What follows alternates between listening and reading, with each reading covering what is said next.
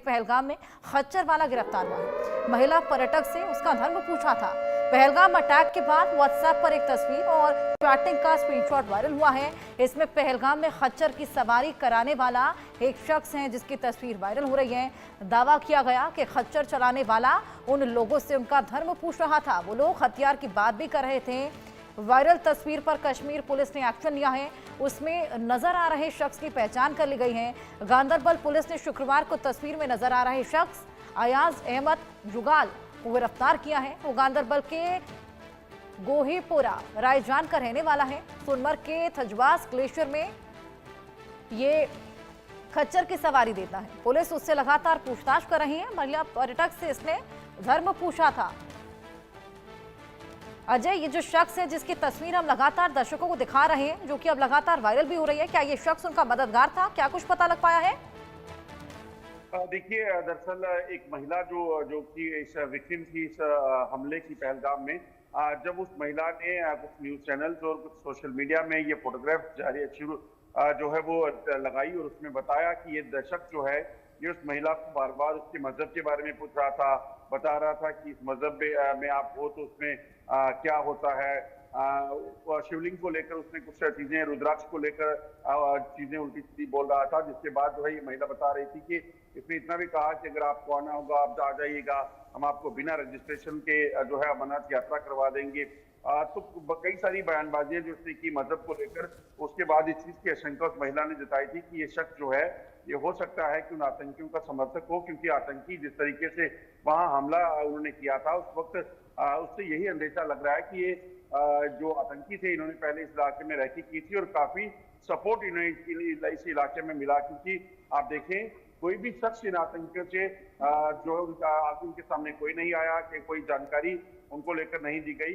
तो ऐसे में कहीं ना कहीं ये साफ होता है कि कुछ ना कुछ लोग ऐसे वहां पे थे जो इस आतंकी हमले में शामिल थे, उन आतंकियों के मददगार थे, मगर अभी तक वो मानने को तैयार नहीं। तो ऐसे में पुलिस तमाम संदिग्धों को जो है वो पूछताछ के लिए गिरफ्तार कर रही है, ताकि किसी भी तरीके से उन आतंकियों तक पहुंचा जा सके।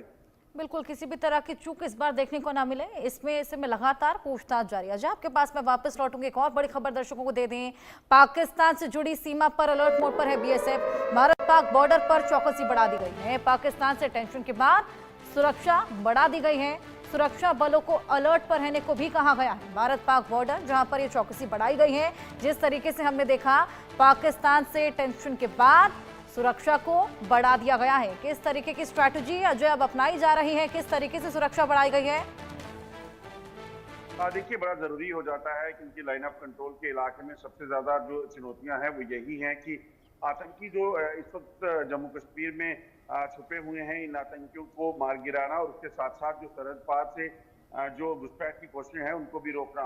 दरअसल हुआ क्या है कि बीएसएफ चौकस इसलिए भी है और आर्मी एलओसी पे, क्योंकि पाकिस्तान की तरफ जो सूचना है, पाकिस्तान ने अपने इलाके में सेना की तैनाती को बढ़ा दिया है। उसके साथ साथ कहीं अपनी जो पोजीशंस हैवी वेपनरी की है उन पर जो है वो मोर्चा संभाला हुआ है, जिससे साफ लगता है कि पाकिस्तान जो धमकियां दे रहा है, पाकिस्तान दरअसल इस हमले के बाद शायद जंग के मूड में है और पाकिस्तान को लगता है कि जो है वो अब तैयार हो जाते हैं, भारत जो है वो हमला कर सकता है। भारत ने अभी तक इसमें कुछ नहीं कहा, भारत ने कोई एक्शन नहीं लिया है, ना ही कोई डिप्लॉयमेंट जो है बॉर्डर पर कोई बहुत ज्यादा बढ़ाई गई है। तो ऐसे में पाकिस्तान की तरफ से ये कदम उठाना और बयानबाजियां जो उनके नेताओं की आ रही हैं, सिर्फ साफ है कि पाकिस्तान को इस चीज का खतरा सता रहा है कि कहीं भारत जो है वो हमला पाकिस्तान पे ना कर दे। बिल्कुल, लगातार कड़ी कार्रवाइयां और सुरक्षा के लिहाज से भी कड़े इंतजाम। वरुण कुमार पठानकोट से हमारे साथ जुड़ गए हैं। संजीव आनंद अंबाला एयरबेस से हमारे साथ जुड़े हैं। संजीव, सबसे पहले मैं आपके पास आऊंगी। अभ्यास आक्रमण लगातार जारी है, किस तरीके की तस्वीरें सामने आ रही हैं, क्या कुछ वहां पर हो रहा है, बताइए।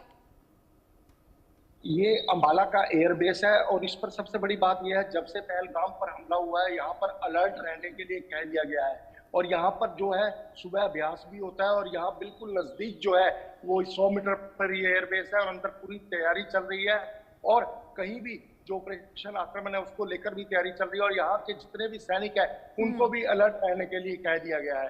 किसी भी समय उनकी कभी भी जरूरत पड़ सकती है और उनको छुट्टियां भी उनकी जो है कैंसिल कर दी गई हैं।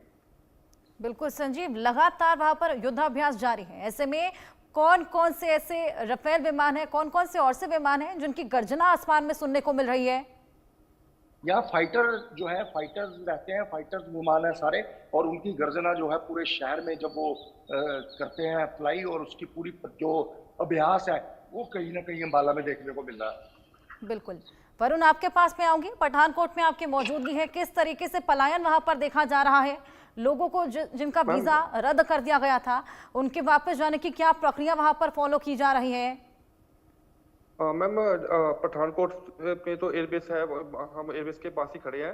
आपको बता दें कि रात के समय यहाँ पर जो है युद्ध अभियान जो है चल रहा है, और आपको बता दें कि अपैचे हो या जेट फाइटर्स जो है रात के समय पे यहाँ पर हमेशा देखा गया है कि अपनी प्रैक्टिस करते नजर आ रहे हैं।